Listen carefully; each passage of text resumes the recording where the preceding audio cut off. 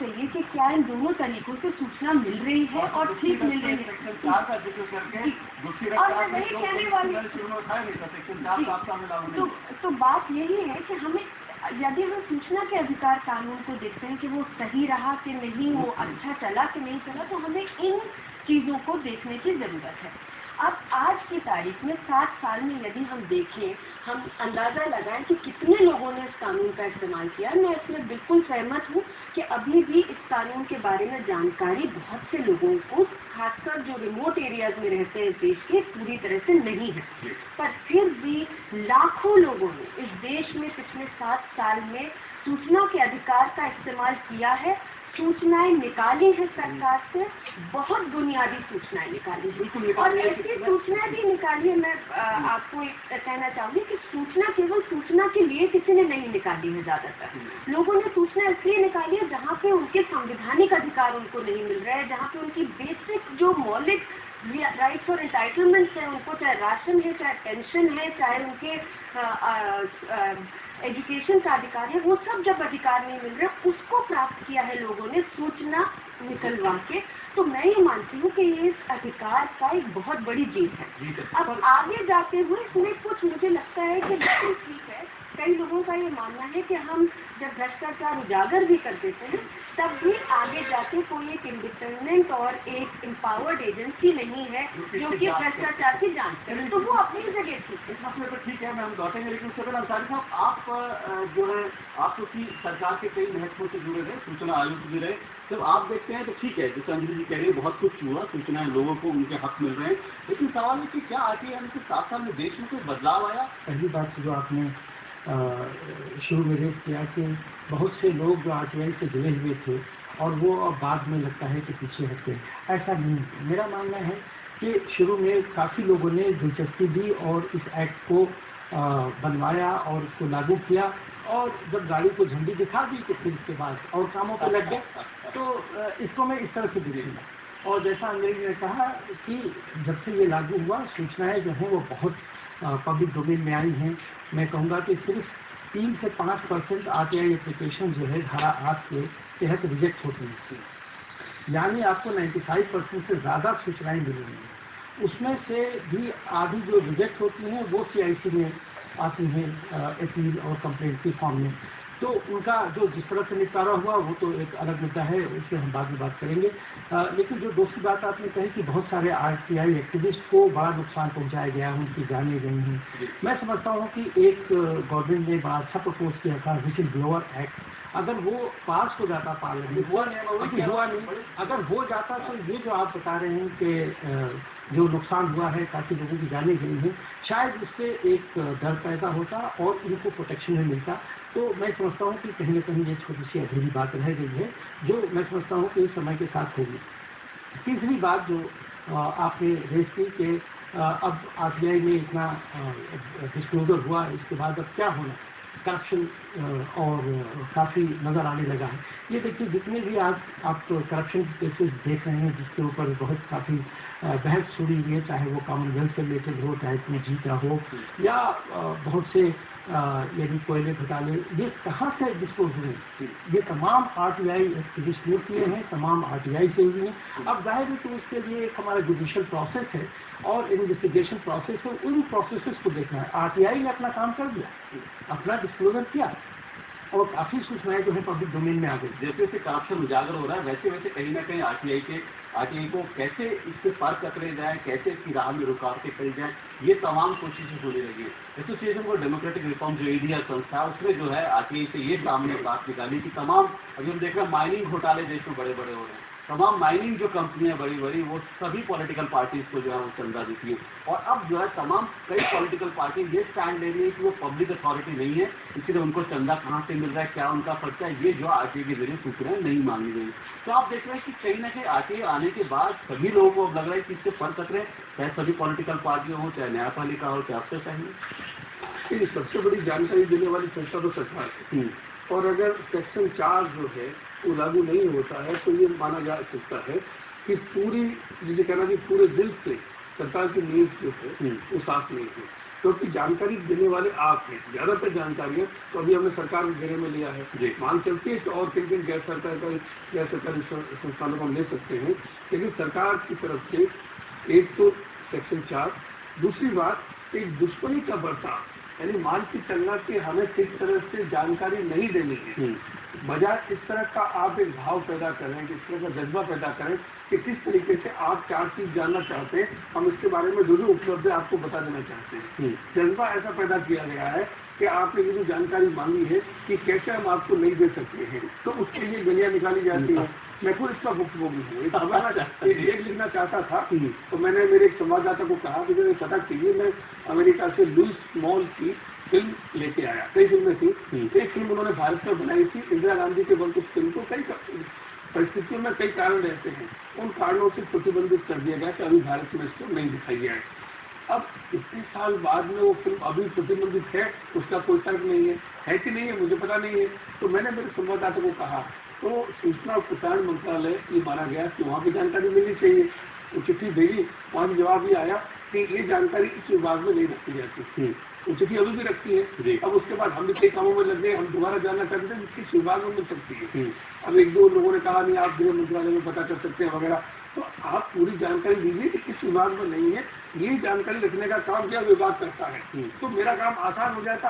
अगले रोज मैं चिट्ठी और भिजवा देता, तो हम तो उलझ गए कौन सा विभाग होगा। तो जानकारी, और ये तो ऐसी जानकारी नहीं है कि सरकार का भी बिगड़ जाएगा। अगर गृह मंत्रालय जाते तो शायद ओम जी को जानकारी मिल जाती है। आप देखिए, क्योंकि ये बहुत इम्पोर्टेंट मसला है कि कह रहे हैं कि जानकारी होती नहीं कई विभागों। बहुत अहम इशू की तरफ आपने इशारा किया है, और आरटीआई एक्ट में इसीलिए धारा 26 का प्रावधान है, जिसके तहत पब्लिक अथॉरिटीज को की रिस्पॉन्सिबिलिटी है कि वो एजुकेशन और ट्रेनिंग प्रोग्राम ऑर्गेनाइज करे, ताकि इंफॉर्मेशन सीकर को भी पता हो कि कौन सा डिपार्टमेंट क्या करता है और उनकी सूचनाएं किस तरह मिल सकती हैं, और अपने डिपार्टमेंट के अधिकारियों को भी वो बताएं कि ये आरटीआई एक्ट का पालन किस तरह से करना है। बदकिस्मती से इस एक्ट में अगर कोई बहुत बड़ी कोई आप कहेंगे क्या कमी है, तो मैं कहूँगा कि 26(1) का इम्प्लीमेंटेशन जो है वो भी इफेक्टिवली नहीं हुआ। इसलिए कि हर पब्लिक अथॉरिटी को ये लोगों को बताना है कि हमारा विजन और मिशन क्या है, हमारे कौन कौन से लोग क्या काम करते हैं, हमारे यहाँ किस तरह की सूचनाएं हैं, लोगों को क्या क्या इससे फायदे हो सकते हैं, और लोगों को किस तरह से आगे बढ़ के आना चाहिए। उसी तरह से उनके ऑफिशियल्स को ये बताना है कि आपको आरटीआई के तहत किस तरह से डिसीजन मेकिंग प्रोसेस रखना है, आपको पब्लिक डोमेन में कितनी इन्फॉर्मेशन, यानी पीपल और गवर्नमेंट ऑफिशियल्स का जो इंटरेक्शन है उसको बढ़ाने के लिए ये 26 का पालन करना बहुत जरूरी है। अगर होता तो ये आपको दिक्कत नहीं। पर 26 से जैसा अंसारी साहब खुद कह रहे हैं, उसका ठीक से इम्प्लीमेंटेशन नहीं हुआ, सेक्शन 4 लागू नहीं हुआ, विसल ब्लोअर एक्ट नहीं आया। वो क्या रहा है, क्या हम वास्तव में मंशा क्या है दरअसल आरटीआई को लेकर? देखिए, बहुत सारे विकल्प हो सकते हैं। आपने जो बताया कि आपको सूचना नहीं दी गई क्योंकि सूचना इस मंत्रालय में नहीं है, इसमें आरटीआई कानून में साफ प्रावधान है कि यदि वो आरटीआई गलत जगह पे भी चली जाती है तो सही जगह भेजने का भी काम उस सूचना अधिकारी का है वहाँ पर।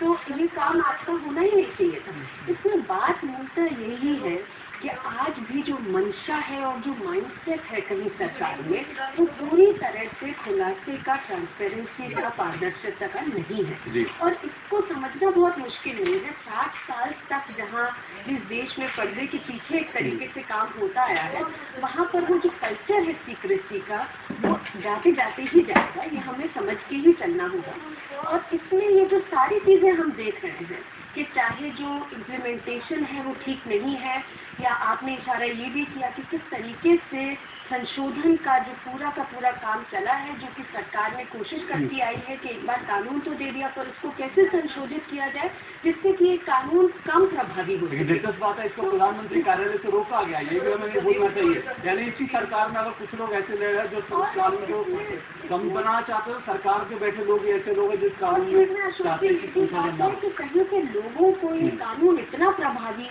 समझ में आई है बात, और इतना इसको सशक्त किया है लोगों को इस कानून ने, कि लोग ये मानने के लिए तैयार ही नहीं है कि इसको अब डाइल्यूट किया जाए। जैसा कि मैंने कहा कि इस कानून को डाइल्यूट करने की कोशिश जरूर हो रही है, लेकिन साथ साथ ये भी भी हुआ कि सरकार में बैठे लोग ही साथ साथ प्रधानमंत्री कार्यालय से हस्तक्षेप हुआ और कानून को डायल्यूट नहीं करने दिया गया। लेकिन इस वक्त जो बड़ी चुनौती आरटीआई के सामने है वो ये है कि सुप्रीम कोर्ट का एक जजमेंट जो है उसके बाद से खबर यह है कि कम से कम 7 से 8 राज्यों में जो है सूचना आयोग का काम करीब करीब ठप पड़ा है, सिर्फ इसलिए क्योंकि सुप्रीम कोर्ट का एक फैसला है जिसके तहत जो भी आयोग है वहां पे जो सुनवाई हो वो कम से कम 2 सदस्यीय बेंच और उसमें से 1 सदस्य जो है वो जुडिशरी का हो। अंतर साहब आपसे इस पर विस्तार से पहले भी बात हुई थी, अब हम देख रहे हैं उसका इफेक्ट जो है उस फैसले का वो सीधा सीधा पड़ रहा है। कम से कम 8 राज्यों में जो है वहां पर काम नहीं हो रहा है। क्या आपको लगता है कि इस तरह सब कुछ होने के बाद भी अब कम से कम सरकार की तरफ से आवाज उठनी चाहिए, जुडिशरी को खुद बढ़कर इस पर कुछ हस्तक्षेप करना चाहिए? देखिए, जहाँ तक इस जुडिशरी के डिसीजन का सवाल है, मैं समझता हूँ उन्होंने गवर्नमेंट को एडवाइस किया है और उसके ऊपर तमाम कमीशंस में हियरिंग्स को और उनको अपने कामकाज को बंद कर देना, ये मैं समझता हूँ कि बहुत गलत है और बहुत उनको गलत एडवाइस दी गई है। जुडिशरी ने इस जजमेंट का Namit Sharma versus union of India में जो ऐसा डिसीजन किया है, पहली बात तो ये कि मुझे लगता है कि बड़ा मोटिवेटेड है।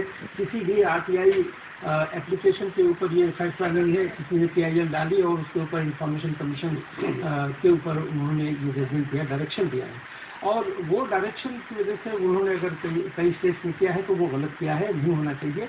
गवर्नमेंट शायद उसको रिव्यू पिटीशन जो है वो फाइल करने वाली है या कर दिया होगा, लेकिन अब देखिए जुडिशरी का एक अपना व्यू है, उसके ऊपर हम अपनी अलग राय रख चुके हैं और ये प्रॉपर फोरम भी नहीं है जहाँ पे उसको डिस्कस करें, ये कहीं हम डिस्कस करते हैं। लेकिन मैं समझता हूँ कि ये बात जरूर कहना चाहूँगा कि जब से CIC ने एक फैसला दिया disclosure of property details of जजेस, तब से अब ये खफा हो गई जुडिशरी और पहले CIC का रेगुलेशन एक्ट को उन्होंने बंद कर दिया और ये कहा कि बेंचेज में हियरिंग होनी चाहिए, जो सिंगल बेंचेज हैं वो इलीगल है, जबकि पटना हाई कोर्ट ने ये फैसला दिया कि नहीं ये ठीक है।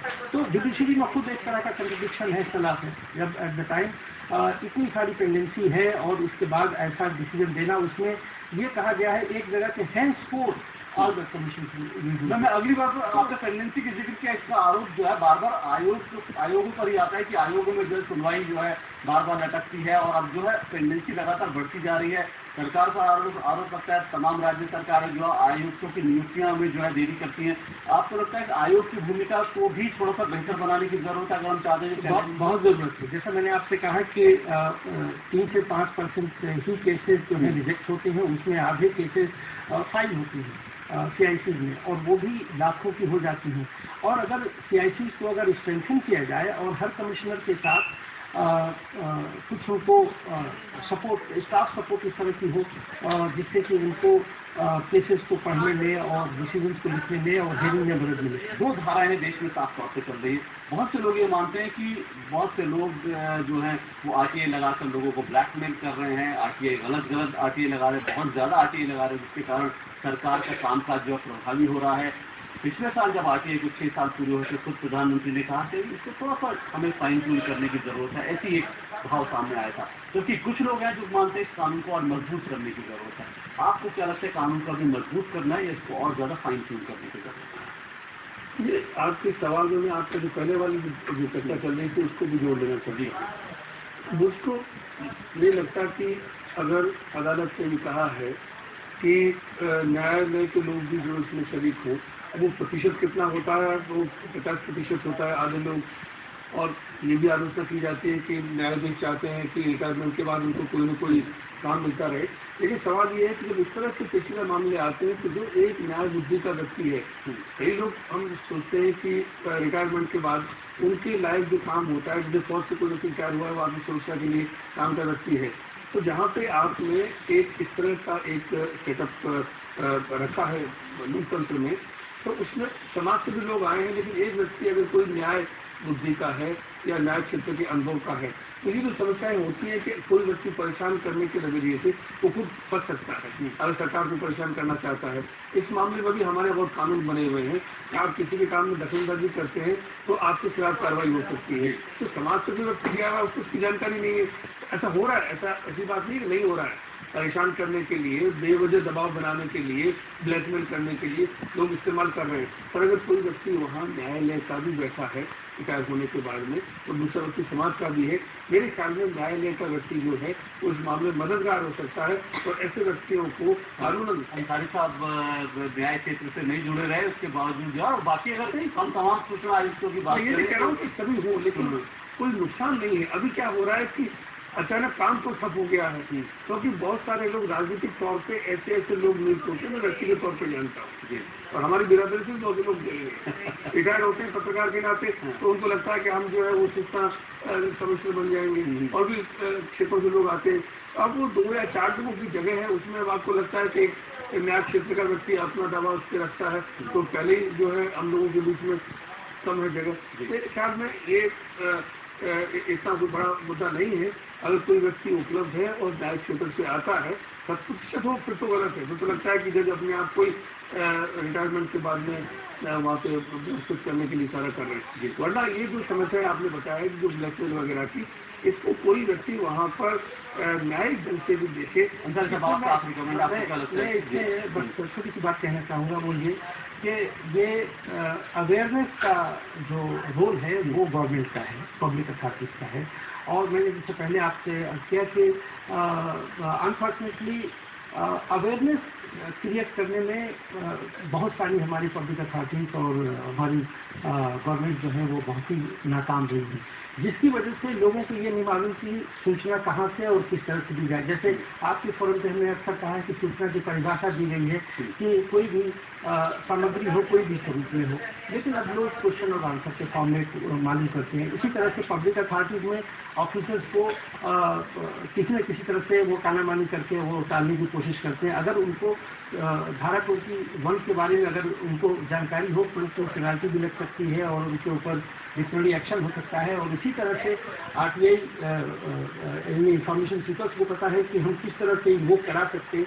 तो दोनों की जो तालमेल होगी उससे ये बहुत ही सक्षम तरीके से ये इम्प्लीमेंट हो सकता है। तो मैं फिर भी कहूँगा, और अंजलि ने पहले भी कहा कि गाँव में लोगों को ज़्यादा इसकी अवेयरनेस चाहिए और हमारे यहाँ अब भी लिटरेसी जो है, साक्षरता जो है वो लो है। तो कहने का मतलब ये कि RTI में इसका प्रावधान है कि जो लोगों को जो भाषा दबाने आती है उन्हें इसकी जो है एजुकेशन ट्रेनिंग होनी चाहिए, उसमें अवेयरनेस होनी चाहिए। अगर ये किया जाए तो ये जो आपने बताया कि प्रधानमंत्री जी ने भी इसका इशारा किया था, वो रेगुलर एप्लीकेशन कम हो जाएंगी, ये जो पब्लिक अथॉरिटी जो अननेसेसरी बर्डन है वो भी कम हो जाएगा और इसका प्रभाव भी बहुत काफ़ी इफेक्टिव होगा। तो ये अवेयरनेस के ऊपर हमें तो ज़्यादा ध्यान देना है और धारा 26 में जो प्रावधान है उसको उसी तरह से जोर देना है जैसे हम धारा 4 की बात करते हैं। तब ये समझता हूँ कि ये एक एक्ट आगे आने वाले दिनों में काफ़ी प्रभावशाली। अंजलि जी, आप भविष्य की चुनौतियाँ क्या देखती हैं और क्या करने की जरूरत है 7 साल के बाद अब आगे आके? देखिए, सबसे बड़ी चीज़ जो हमने पहले भी चर्चा की है कि जो धारा 4 है उसको बहुत अच्छे से लागू करने की ज़रूरत है। इसमें मैं 2-3 चीज़ें जो आपने भी जिक्र की थी उनके बारे में बात रखना चाहूँगी। पहली बात, आपने कहा कि मानने को ये देखने के लिए मिलता है कि आज भी कहा जाता है कि RTI लगाई जाती है ब्लैकमेल के लिए। अब यदि हम ब्लैकमेल शब्द का भी मतलब समझे तो इसमें यदि कुछ रॉन्ग डूइंग नहीं है तो ब्लैकमेल की क्या बात होगी। दूसरी बात, ब्लैकमेल केवल तब होता है जब एक के हाथ में सूचना हो, दूसरे के हाथ में ना हो। तो सूचना तो सामने हो, उजागर हो, सबके सामने हो तो ब्लैकमेल का वैसे ही कोई मतलब नहीं बनता। दूसरी बात ये है कि सूचना जो है, जब हम कहते हैं कि पब्लिक डोमेन में हो, उसको इस तरीके से होना चाहिए जो कि लोग जिनके लिए वो सूचना महत्वपूर्ण है वो उनको समझ में आए। तो जब हम ये कहते हैं कि भार पड़ रहा है सरकारी अधिकारियों के ऊपर सूचना देने का, तो उसका सबसे अच्छा तरीका यही है कि आप सेक्शन 4 को बेहतर चलाइए। दूसरी बात, आपने विस्टल ब्लोअर्स की प्रोटेक्शन की बात करी, आपने RTI एक्टिविस्ट के प्रोटेक्शन की बात करी।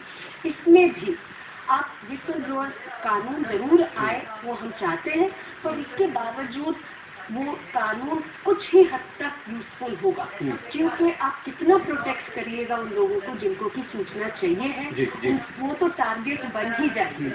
इसके अंदर भी सबसे अच्छा तरीका यही है कि अभी भी अगर हम देखें किन लोगों की हत्या हुई है जब उन्होंने सूचना मांगी है, वो क्या मांग रहे थे? पंचायत के रिकॉर्ड मांग रहे हैं, जो कि वैसे ही धारा 4 में होने चाहिए। सेक्शन 4 को अगर इसके अलावा तो ये भी बहुत लोगों को इस तरह की जानकारी मांगनी नहीं पड़ेगी। तो सेक्शन 4 कुल मिलाकर एक ऐसी चीज इसको जो है ठीक से लागू करने की जरूरत है। सेक्शन 26A की बात हुई और साथ साथ जो है नियत साफ रखने की बात है, जो भी सरकार में सत्ता में बैठे लोग हैं, और वो चाहे तमाम पॉलिटिकल पार्टियों, क्योंकि हर राज्य में जिस राज्य में जिस पार्टी की सरकार है वहाँ वो चाहते हैं कि आरटीआई के पर कटक दिया है। 12 साथ का साथ में जो है आप यहाँ पर आपके बहुत बहुत शुक्रिया अंजलि जी और अंसारी साहब और सानवी जी, आपका भी आने के लिए बहुत बहुत शुक्रिया। जानने का हक आज बस इतना ही। आपको हमारा कार्यक्रम कैसा लगा? आप कोई भी प्रतिक्रिया चाहे तो हमें देख सकते हैं। हमारा पता नोट कर लीजिए। हमारा पता है जानने का, कमरा नंबर 226, दूरदर्शन भवन, टॉवर बी, मंडी हाउस, कॉपर निकस मार्ग, नई दिल्ली 110001। आप चाहें तो हमें खत भी भेज सकते हैं और आप चाहें हमें ईमेल कर सकते हैं। हमारा ईमेल आईडी नोट कर लीजिए। हमारा ईमेल आईडी है jkh@dv.nic.in। सबसे इतना ही, इजाजत दीजिए। नमस्कार।